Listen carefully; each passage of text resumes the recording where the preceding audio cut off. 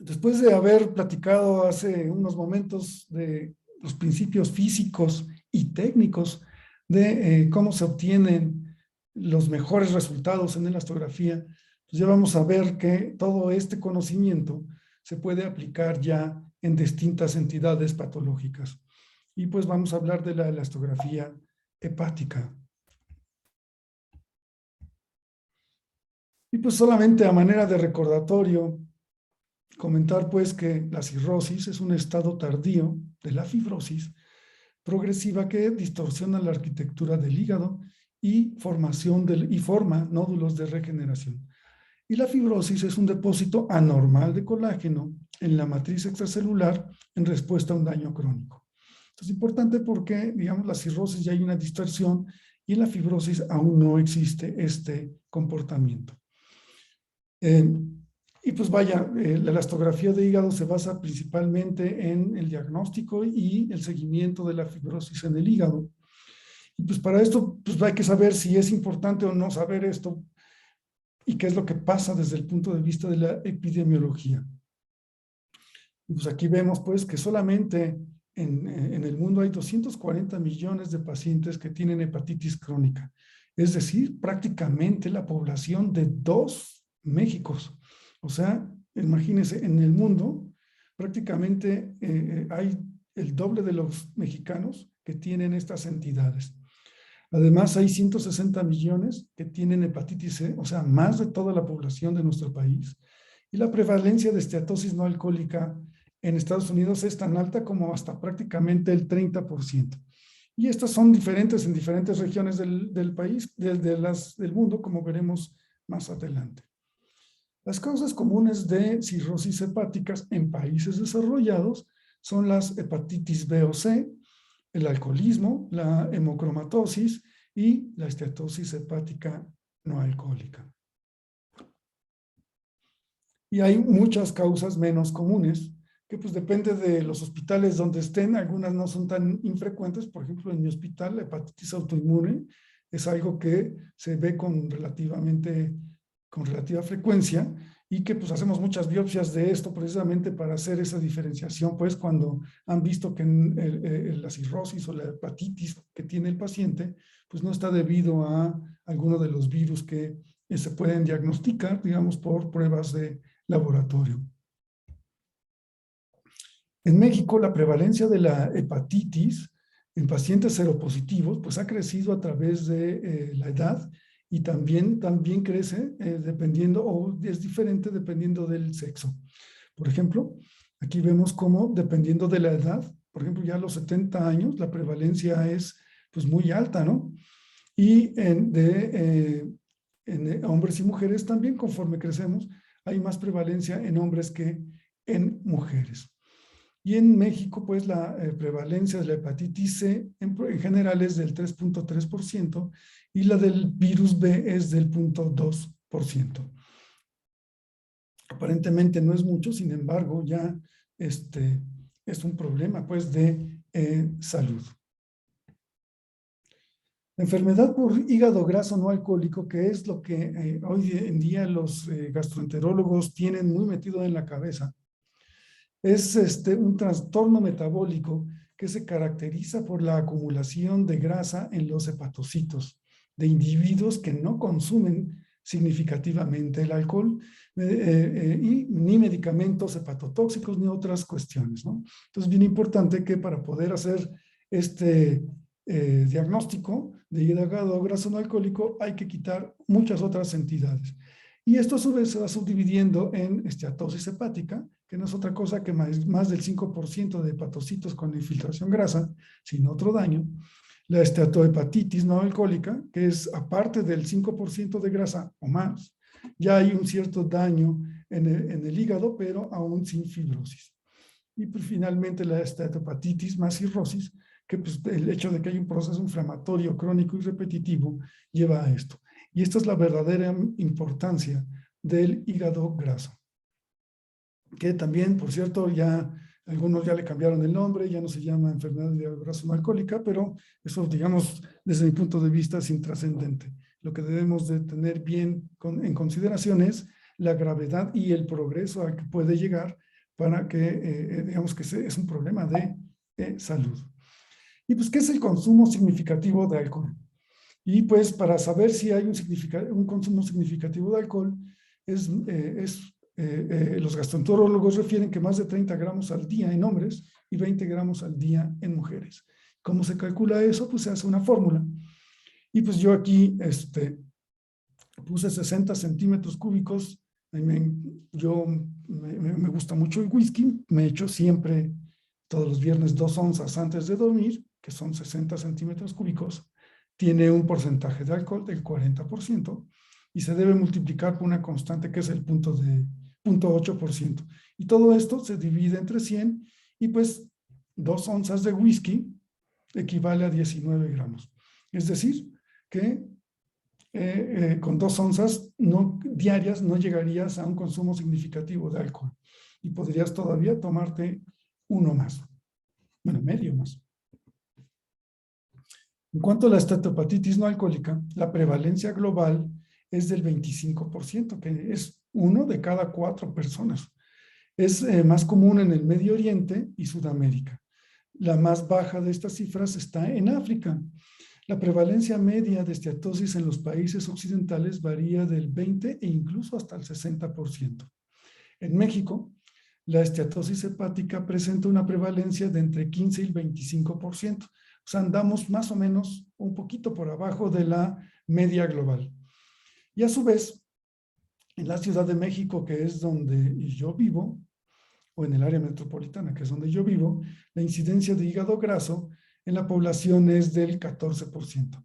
O sea que en la Ciudad de México y área metropolitana, la esteatohepatitis está por debajo de la media del país y también un poco por debajo de la media global. Las causas del desarrollo de la hepatitis no alcohólica pues van desde el sobrepeso, la obesidad, y todo esto va conllevando, ¿no?, a resistencia de la insulina, diabetes mellitus, dislipidemias y el síndrome metabólico. El 25 al 30% progresa a fibrosis, y esto es muy importante porque si ya tienes esteatohepatitis no alcohólica, las posibilidades que tengas fibrosis después, pues es prácticamente entre, digamos, 1 de cada 3 o 1 de cada 4.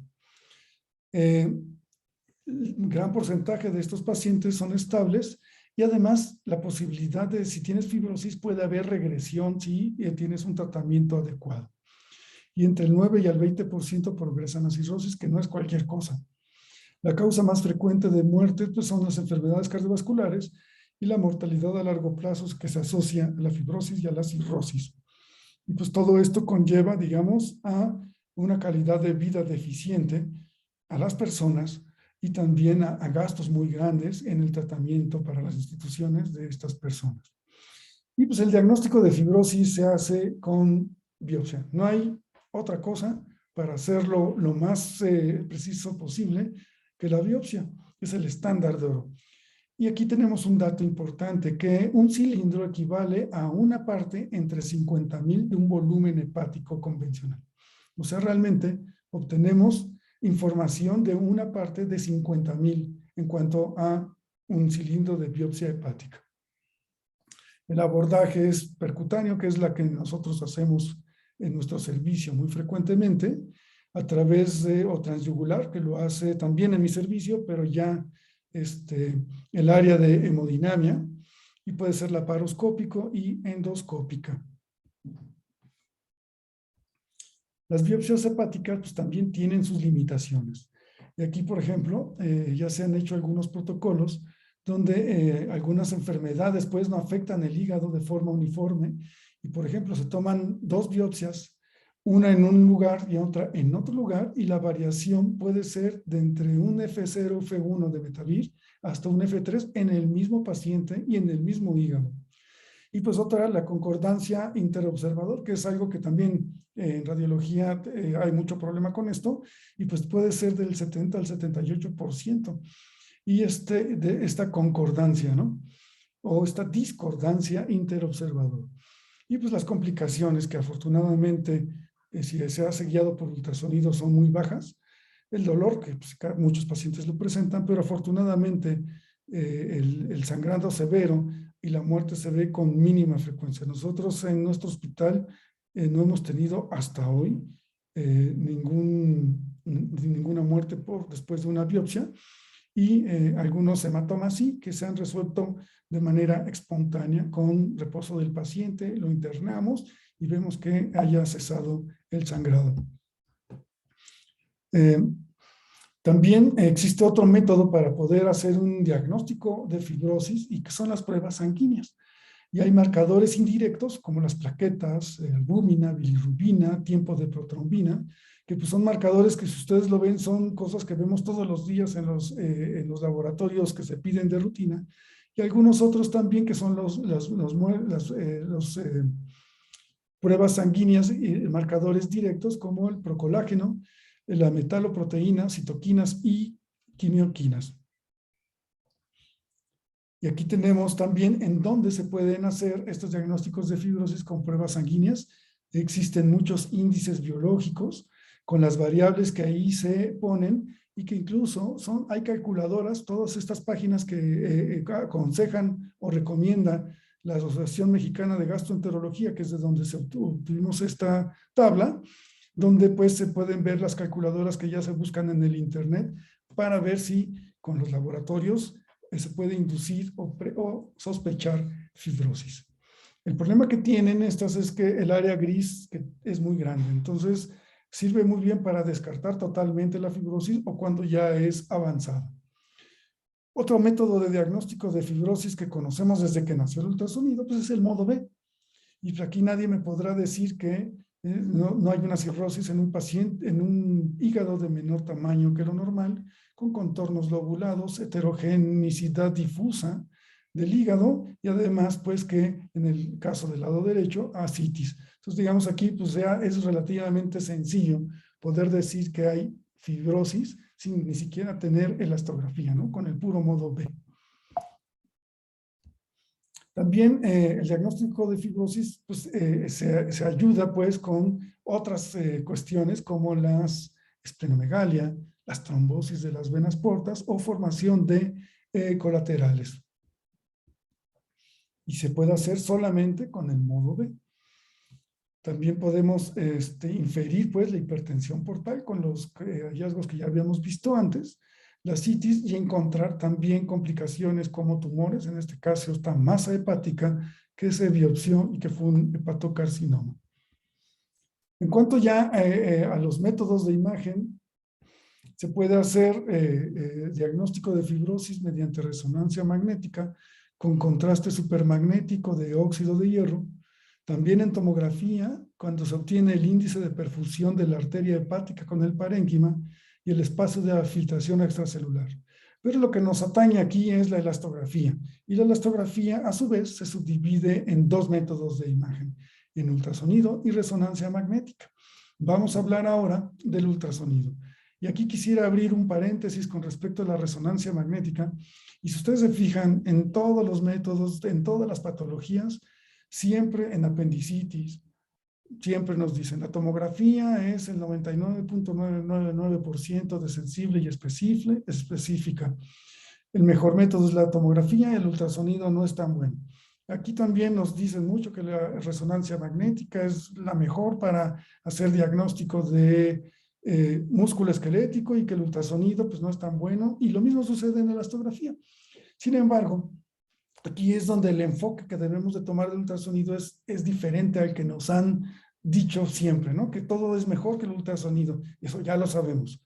Pero de cada 10 apendicitis podemos ver 8 en ultrasonido.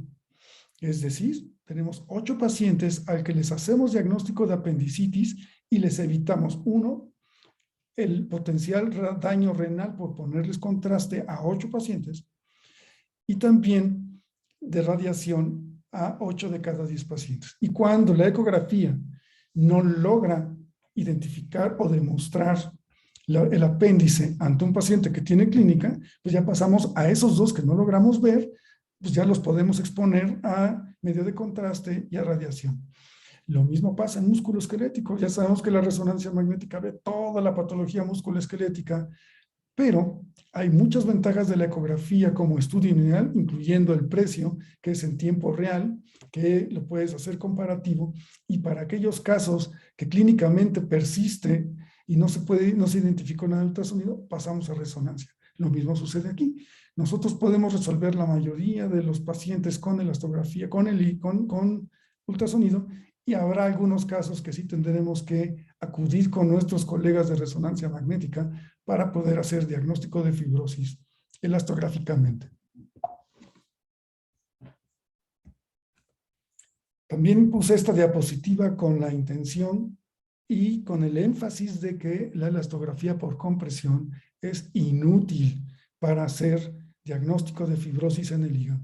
Entonces, no se puede usar elastografía por compresión para fibrosis. Existen distintas modalidades para poder hacer esto. Ya habíamos hablado en la plática anterior de la elastografía de onda de corte, transitoria, temporal o unidimensional, en la que utilizamos el modo A. Se utiliza un verdadero movimiento mecánico, un transductor con un martillo interno que produce la compresión mecánica para que al final del día se formen las ondas de corte. Estos equipos son estos y no producen imagen. El aparato es de vibración mecánica. Y pues el tamaño aquí ya empezamos aquí si ustedes se ven, no hay imagen en modo B. No hay posibilidad pues de ver en dónde estamos tomando la muestra, pero en cuanto a la biopsia aquí ya tenemos una gran ventaja, que el área de la muestra es de 1 por 4 centímetros, es decir, 100 veces más el tamaño de un cilindro para biopsia de tejido prostático. O sea, que la muestra que obtenemos con la elastografía transitoria es 100 veces más grande, o sea, tenemos 100 veces más información que una biopsia hepática. En cuanto al volumen, se tienen que hacer 10 muestras, es rápida, los que venden los equipos, el FibroScan que es te dicen que cualquier persona, un interno mencionan incluso que lo entrenas 10 minutos y hace la elastografía. Pues yo tengo otra opinión porque hoy día todavía hay pacientes que me cuestan mucho trabajo y hemos hecho mucho esto y realmente no lo aprendes en 10 minutos como dicen las compañías que venden los equipos. Y también hay veces que te tardas más de 5 minutos en hacerla por el grado de dificultad, ¿no? Hay pacientes que los puedo hacer en 2 minutos, pero sí es algo que te venden como que muy fácil y no es así. Tiene su grado de dificultad. Y aquí es lo que les mostraba, ¿no? Realmente no están viendo nada, ¿no? Si para poderlo hacer tuvieron que percutir y por pura percusión ver dónde estaba el hígado, calcular dónde está el hígado para obtener la muestra. A diferencia de la elastografía de corte que se utiliza la fuerza de radiación acústica o ARFI, y aquí tenemos el de un punto, donde se ve una caja de color con un solo punto que está midiendo todo esto de la elastografía y mide las ondas de corte. Aquí ya tenemos información de bidimensional, ya tenemos un modo B y entonces ya podemos decir si la medimos a qué distancia de la cápsula y también si evitamos trayectos vasculares para poder hacer la medición. Esto no se lo puede hacer con elastografía transitoria o FibroScan. Y la elastografía de onda de corte, que utiliza la fuerza de radiación acústica, que es bidimensional o 2D, donde además de que ya podemos ver en el modo B, también tenemos un mapa de color que nos da mucha información de la calidad de imagen que vamos, o de calidad de rigidez, de la muestra que vamos a obtener. Y pues vemos la caja de color y podemos hacer ya aquí ya las mediciones justo en la caja de color. Como ya habíamos comentado, nunca debemos tratar de tomar solamente una muestra con el máximo promedio, pero si alguna vez decidimos tomar 2 muestras en un solo corte, no hacerlo una arriba que otra y que se superpongan, porque digamos esto puede alterar. Y si lo vas a hacer así, entonces tomarla en una manera, digamos, del mismo nivel, a la misma profundidad. Y pues aquí tenemos pues cuáles son, cómo se toman las muestras. Ya habíamos mencionado aquí que en el FibroScan o transitoria, pues primero tienes que percutir. Obviamente yo nunca he visto un FibroScan, ni pienso verlo, no me interesa mucho verlo porque ya tengo otras tecnologías, pero finalmente tienes que percutir para poder tomar la muestra y después solamente obtienes estas imágenes burdas y la rigidez. A diferencia de los que utilizan fuerza de radiación acústica, como en este equipo, en donde pues tenemos el modo B, estás con el paciente viendo perfectamente que no hay pleura, que no hay costilla, que estás evitando trayectos vasculares como se ve aquí y que la muestra la obtienes en una profundidad correcta y puedes ver también la calidad de la imagen que estás obteniendo. La transitoria, la ventaja que tiene aquí sobre la de un solo punto es que es de 4 centímetros cúbicos. La muestra, ya habíamos dicho, esto equivale a 100 veces más. El cilindro de una biopsia. La de un solo punto es de 1 centímetro cúbico y la de 2D es hasta de 20 centímetros cúbicos. Es decir, si con 4 centímetros cúbicos son 100 veces más y lo multiplicamos, aquí tenemos 400 veces más muestra que una biopsia, que un cilindro de una biopsia hepática.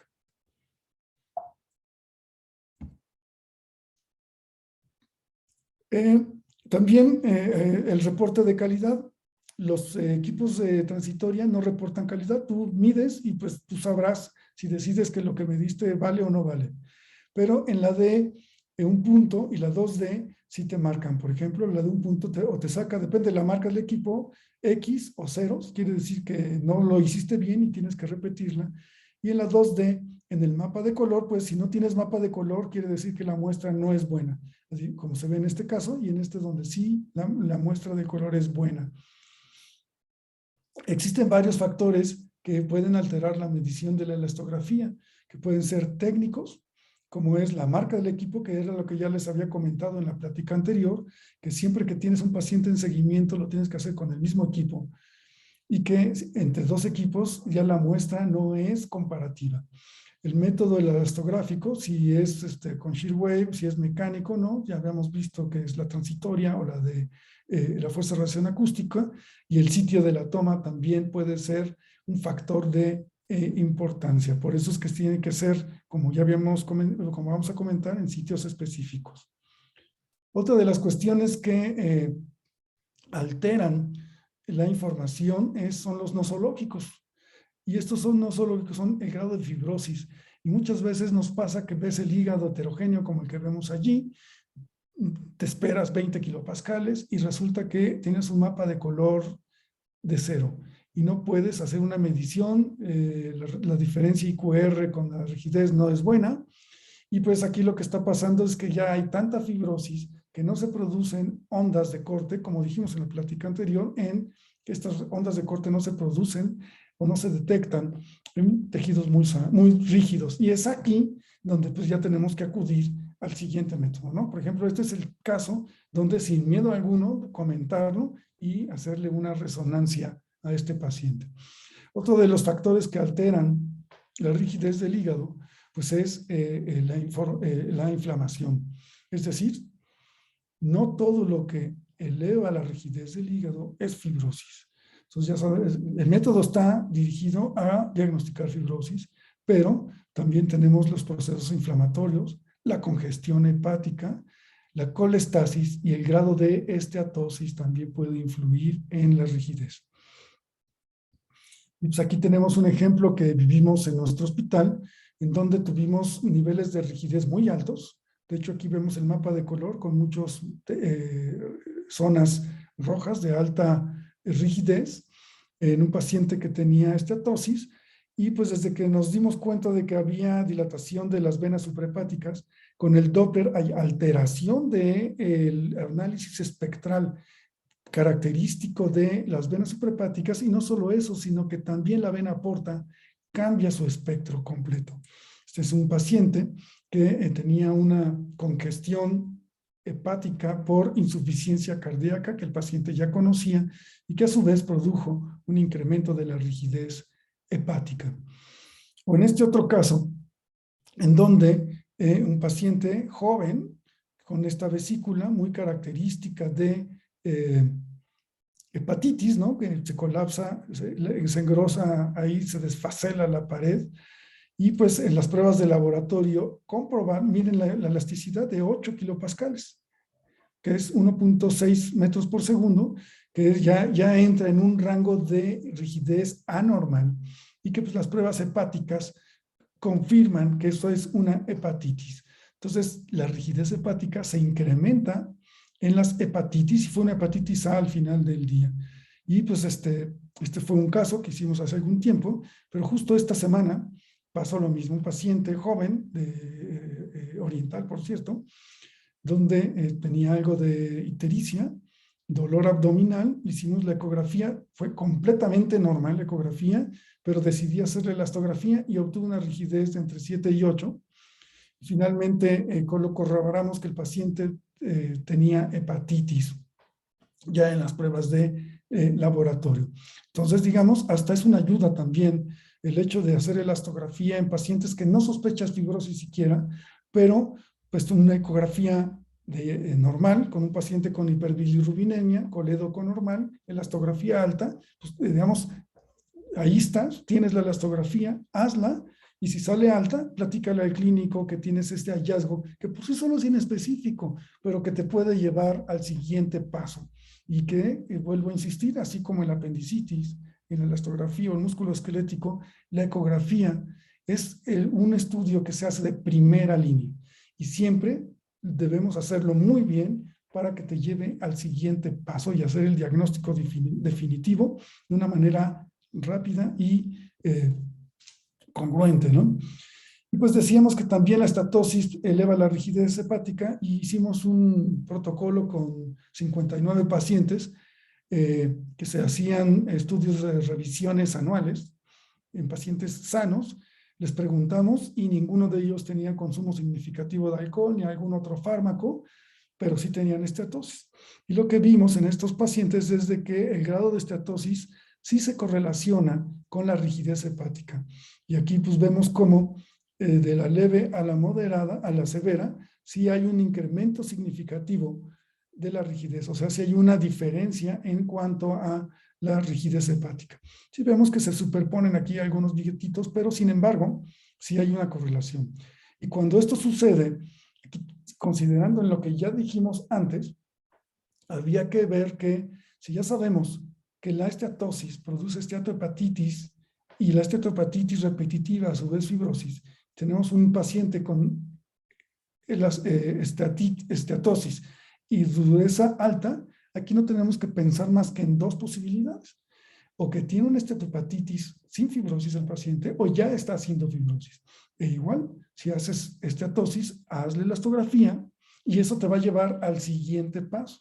El clínico le dices, oye, está alta la rigidez, sin embargo, pues el ultra por sí mismo, en este caso, sabiendo que hay estatosis, hay de dos, o tiene esteatohepatitis o ya está haciendo fibrosis. Y ya le ahorras tiempo al paciente porque ya regresa con un criterio que va a hacer que estudien al paciente más profundamente y se diagnostique o no la fibrosis o la esteatohepatitis y pueda ser tratado en una manera oportuna y no encontrar al paciente ya con una cirrosis avanzada.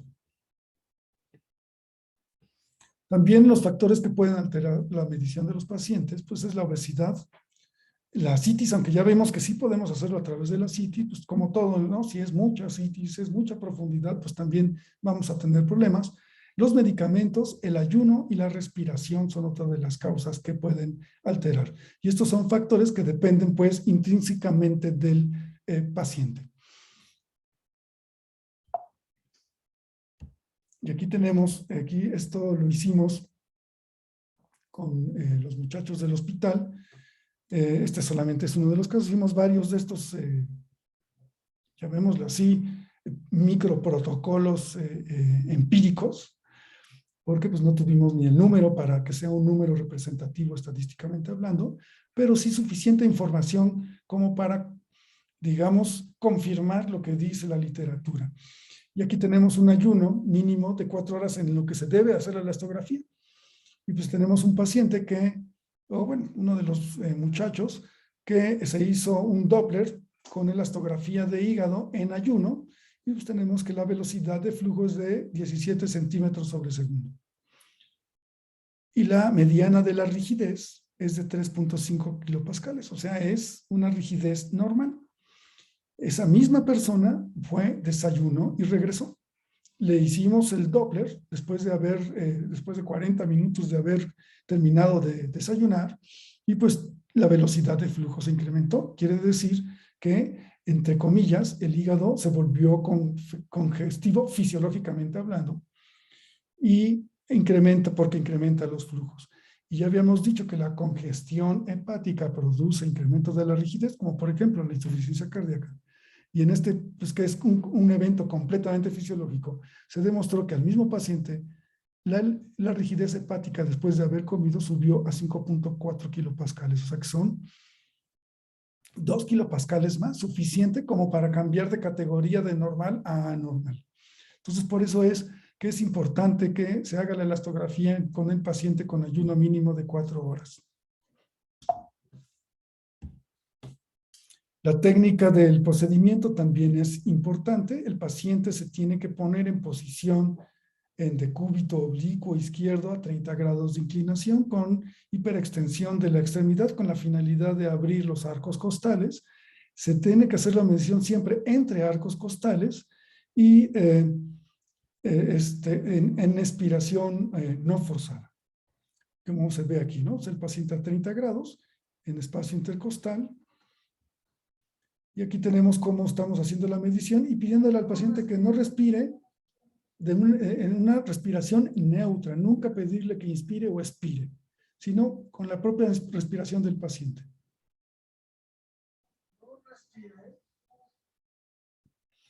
Otra de las cuestiones técnicas que tenemos que tener en cuenta es la profundidad.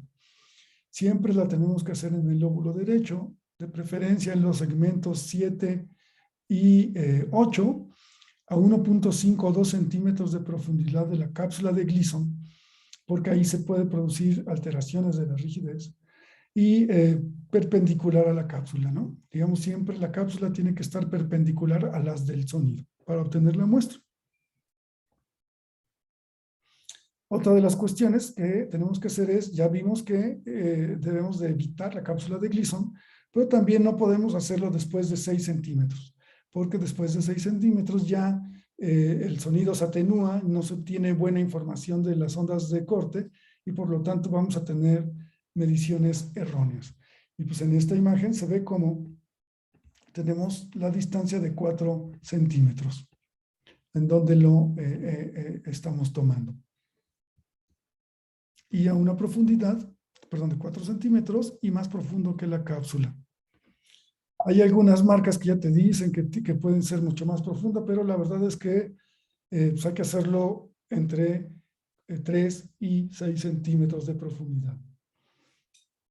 En cuanto a la obtención de la muestra, pues la caja de color, pues es lo que les comentaba ya en la plática anterior, en la que pues hay que hacer el tamaño de la muestra lo más grande posible para obtener un promedio, porque si lo haces de uno en uno, porque muchos, pues imagínate, aquí puedes hacer las 10 de una sola vez y no te vas a tardar 5 minutos como dicen que los que venden la transitoria, sino te vas a tardar 1 segundo, pero vas a hacer una medición mal hecha. Entonces, por eso es conveniente tratar de hacerlo las 10 muestras diferentes, con un ROI lo suficientemente grande para obtener un promedio de toda esa área.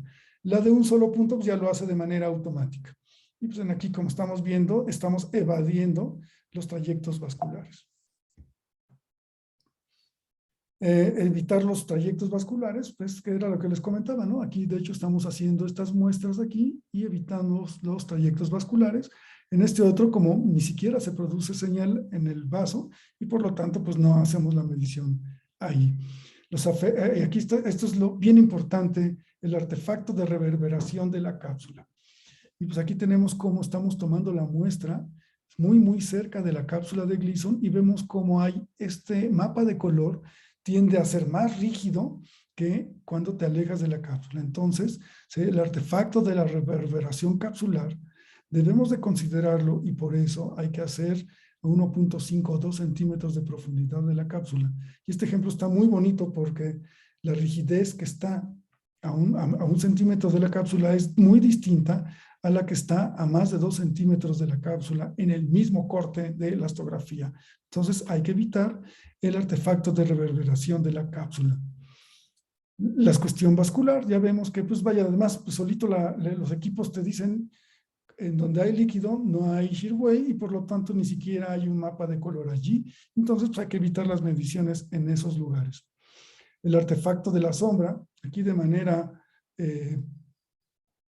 a propósito, pues dejé aquí que la pleura me hiciera una sombra y pues no obtienes información en ese sitio porque hay una sombra de la pleura, del aire pulmonar o puede ser también una sombra de la costilla. Hay que evitarlas y obtener siempre imágenes en modo B perfectas. Si empiezas con eso, la elastografía es más fácil que te quede bien.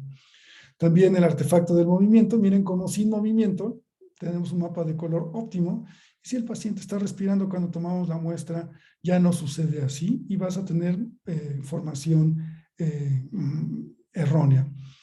Lo que decíamos también, el artefacto de la limitación a la penetración en sitios muy, muy rígidos o a distancias altas, como se ve aquí, ¿no? Este es el ejemplo que les comentaba, ¿no?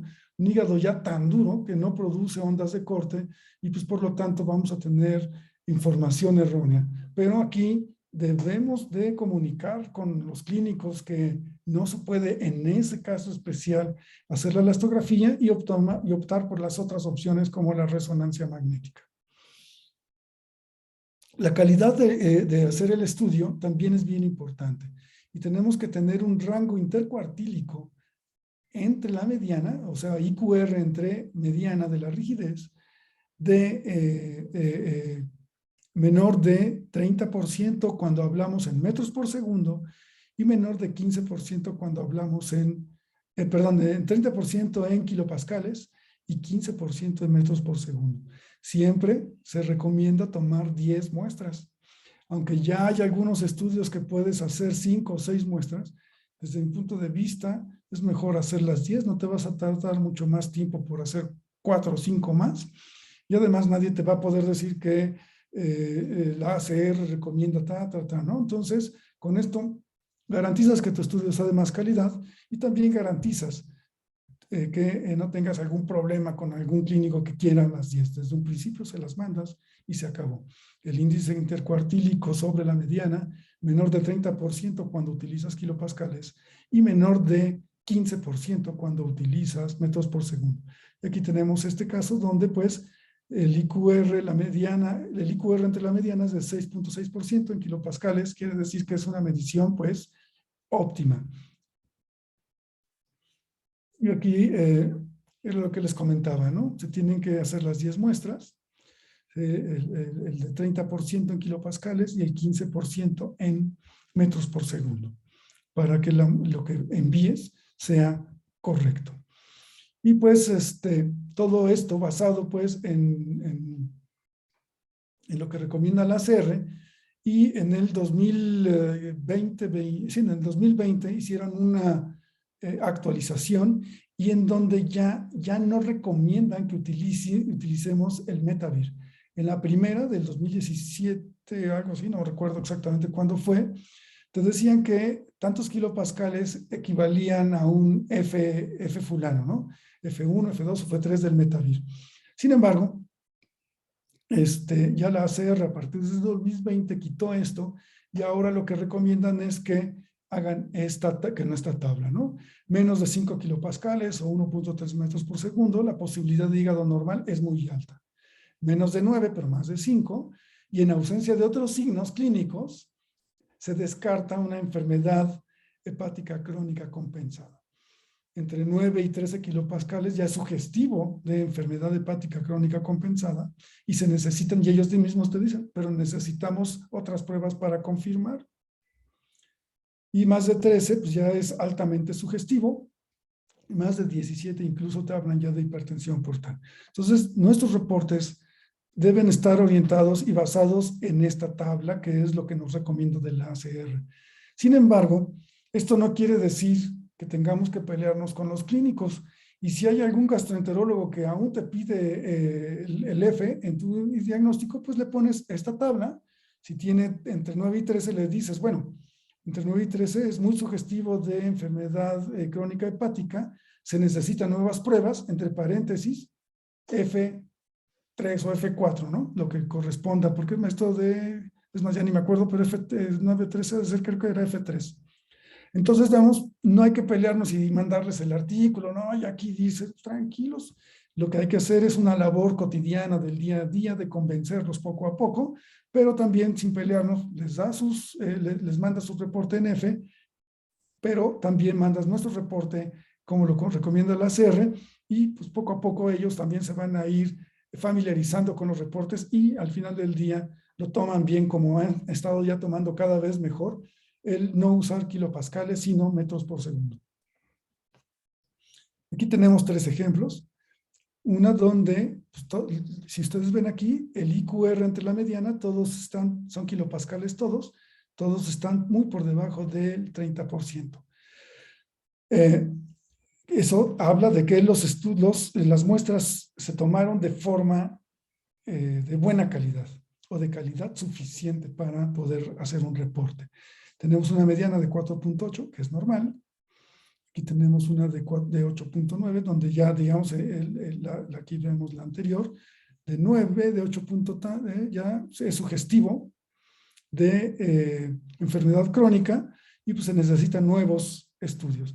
Y esta de 17, en la última imagen, de 17 kilopascales, que es de 17, ya es muy sugestivo de hipertensión portal y además también altamente sugestivo de una enfermedad hepática crónica compensada.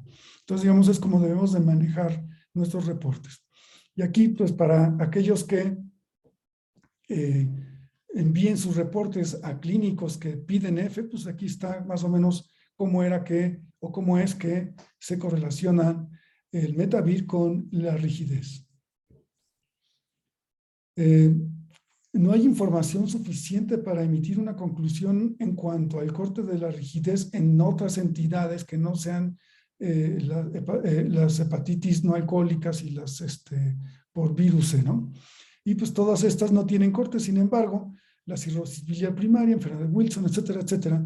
Sin embargo, aquí está pasando un fenómeno similar al del Doppler carótido. Todos utilizamos cuando hacemos estudios de arterias, en los mismos rangos que nos dicen para la arteria interna carótida. Es decir, si tú dices que hay una estenosis del 80% en la femoral cuando tienes más de 250 centímetros por segundo, pues realmente no estás diciendo algo que esté confirmado, sino que tomas como base la elastografía, las velocidades que sí están, esas sí están bien demostradas y comprobadas de la carótida interna, y la traslapas a otras arterias, incluso en el mismo Doppler, en el mismo carotidio, a la común o a la externa. Pero, digamos, aquí muchas veces puedes traslapar esto, pero sí saber de antemano que no hay información como tal suficiente para poderlo hacer. Quisiera también recordar, como ya lo he dicho antes, que no todo lo que incrementa la rigidez hepática es fibrosis. También las hepatitis agudas, las enfermedades por alanina aminotransferasa, la colestasis, la congestión hepática, las enfermedades infiltrativas como la amiloidosis, el linfoma y la hematopoiesis celular producen incremento de la rigidez hepática sin que haya fibrosis. Y muchas gracias.